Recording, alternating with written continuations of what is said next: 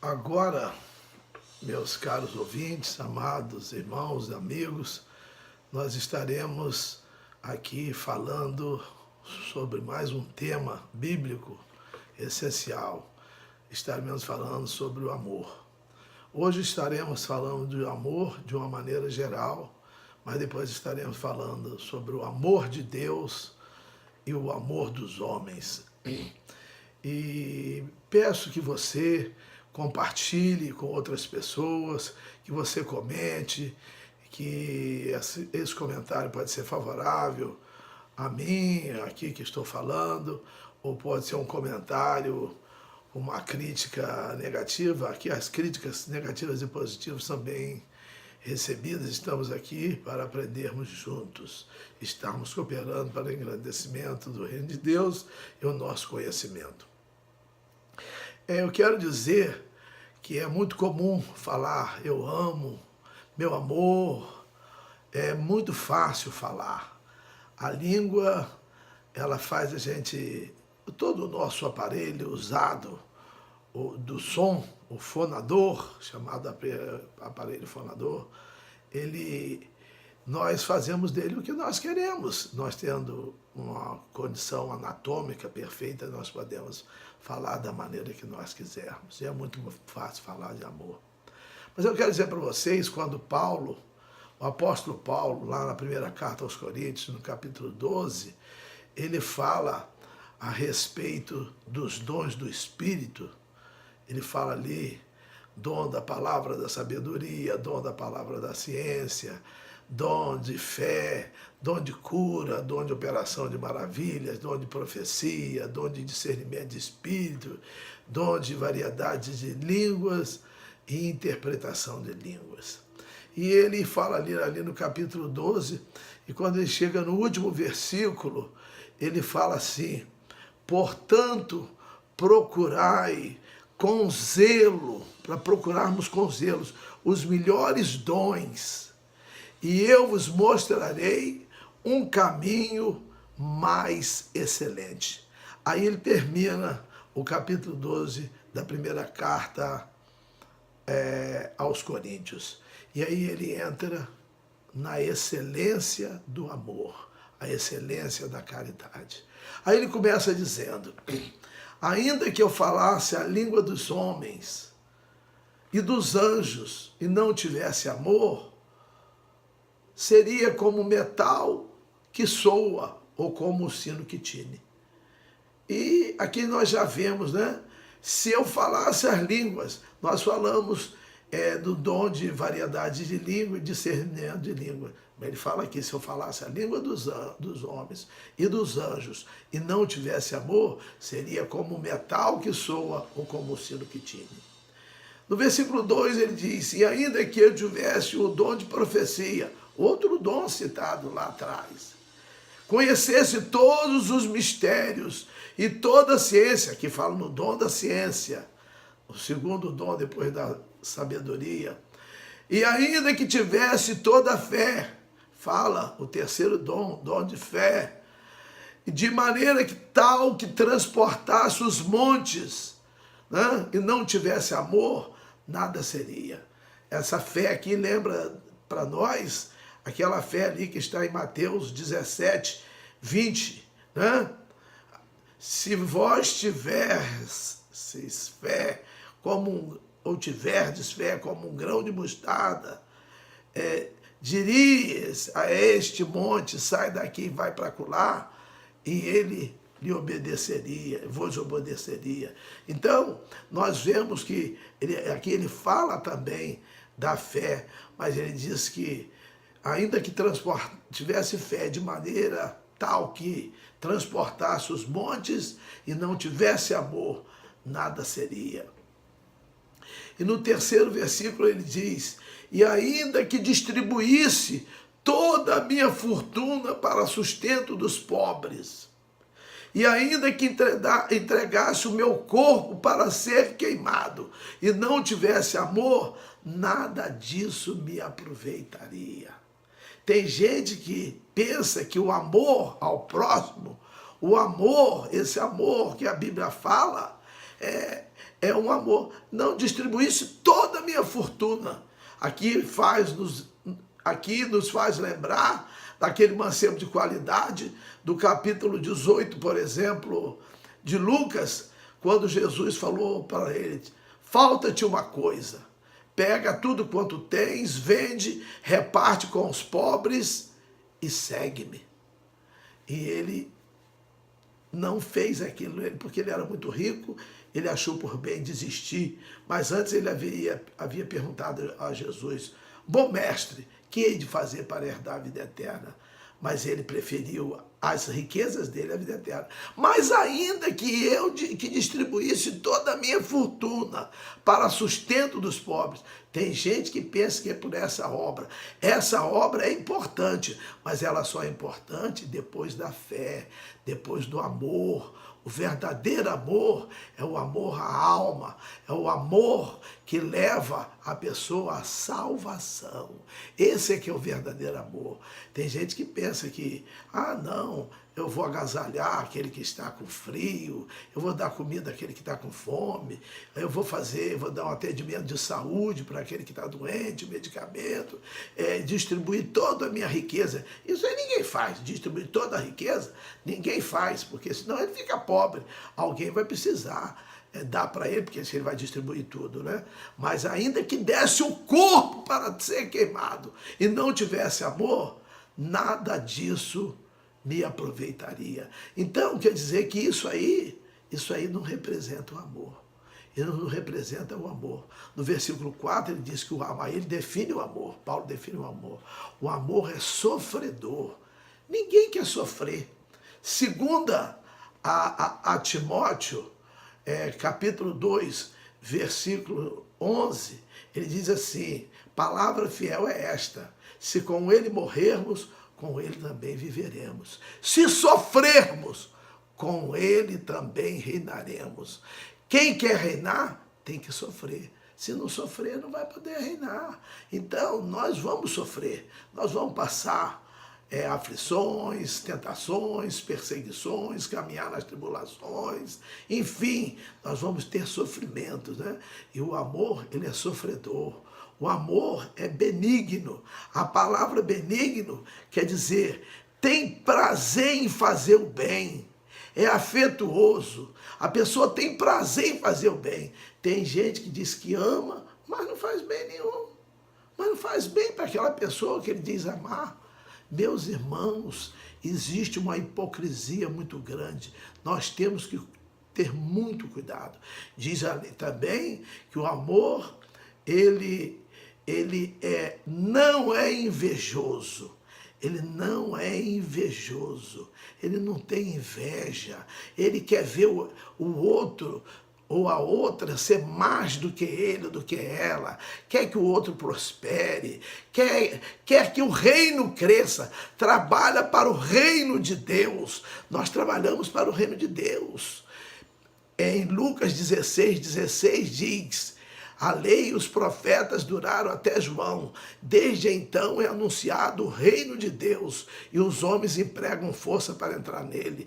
Nós temos que ter uma visão de reino. Nós temos igreja aí tendo visão, uma visão própria, só para ela, só ela que vai pregar, anunciar o reino de Deus. Não, todo aquele que anunciar o reino de Deus, como as escrituras assim o dizem, conforme está escrito, conforme a palavra de Deus, nós temos que estar dando glórias a Deus, de vermos pessoas também imbuídas do mesmo sentimento nosso, de vermos o reino de Deus crescendo.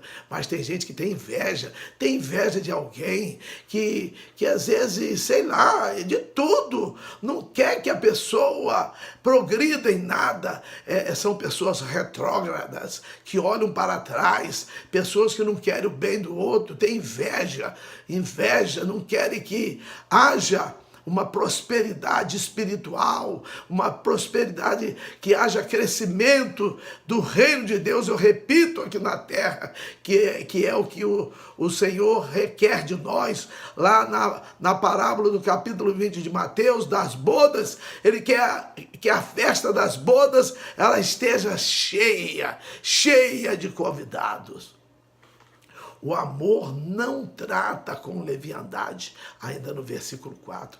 A palavra leviandade quer dizer, leviano é aquele que é precipitado, leviandade é precipitação, é imprudência, é inconstante, é a pessoa que não mede o que fala, não mede o que faz, ofende, machuca as pessoas. Quem ama não faz isso, quem ama não trata dessa maneira. Continuando, diz que o amor, ele não se ensoberbece. O amor não é soberbo. O amor não é soberbo. A soberba quer dizer orgulho, a pessoa que é orgulhosa, que tem altivez, tem arrogância, que é aquela pessoa que não é humilde, né?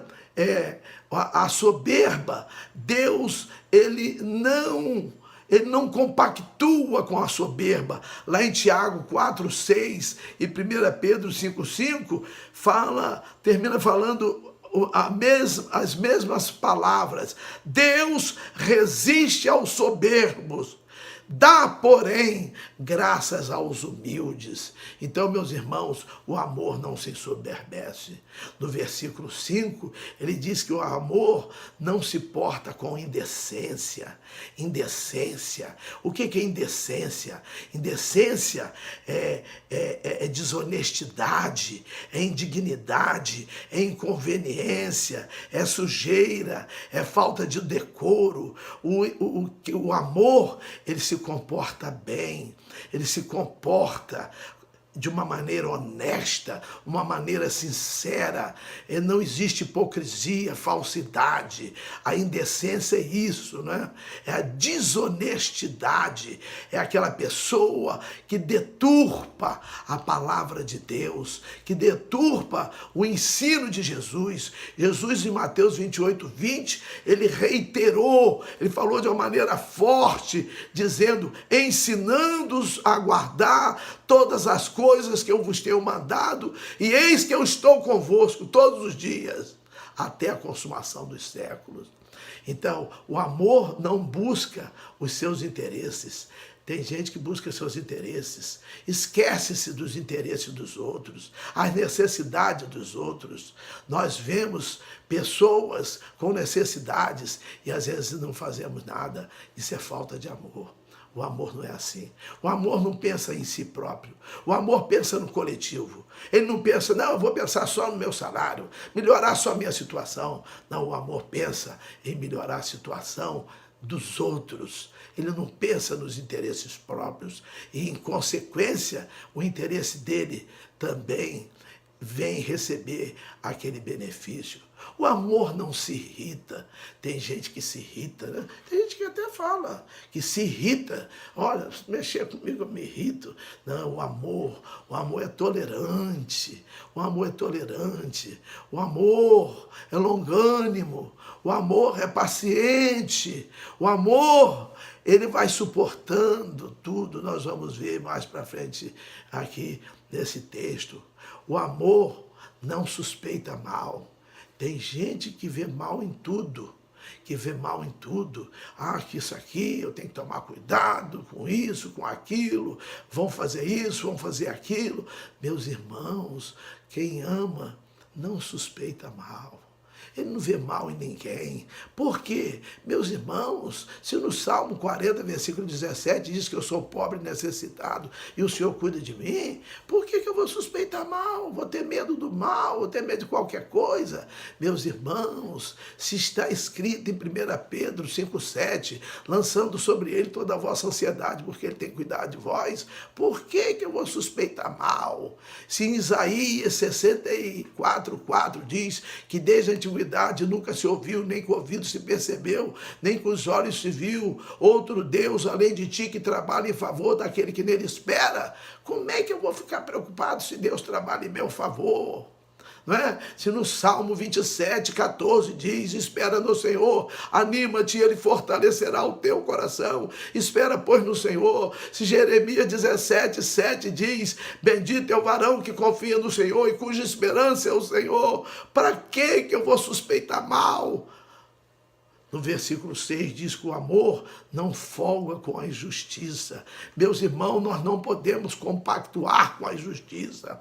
Romanos 12:2 diz, e não vos conformeis com este mundo. Conformar é tomar forma, conformar é tolerar o erro, a coisa que está errada. Ainda que eu não faça, mas eu não posso concordar. Eu tenho que ajudar a combater, porque o Senhor me ordena que eu não me conforme. Não vos conformeis com este mundo.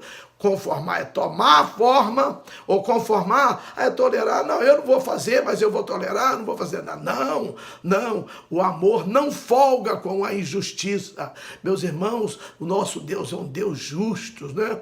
Paulo fala, o justo juiz, lá na sua segunda carta de Timóteo, capítulo 4, versículo 8, ele diz que o justo juiz, ele é um Deus de justiça. Então o amor não folga com a justiça, mas ele folga com a verdade. Nós temos que estar do lado da verdade. A verdade é Jesus. Jesus é a verdade. João 14:6 diz, Jesus disse, eu sou o caminho e a verdade e a vida. Ninguém vem ao Pai senão por mim. Então ele diz que ele é a verdade. Em João 17:17, Jesus diz, santifica-os na verdade, a tua palavra é a verdade. É por isso que o amor, ele não folga com a injustiça, mas folga com a verdade.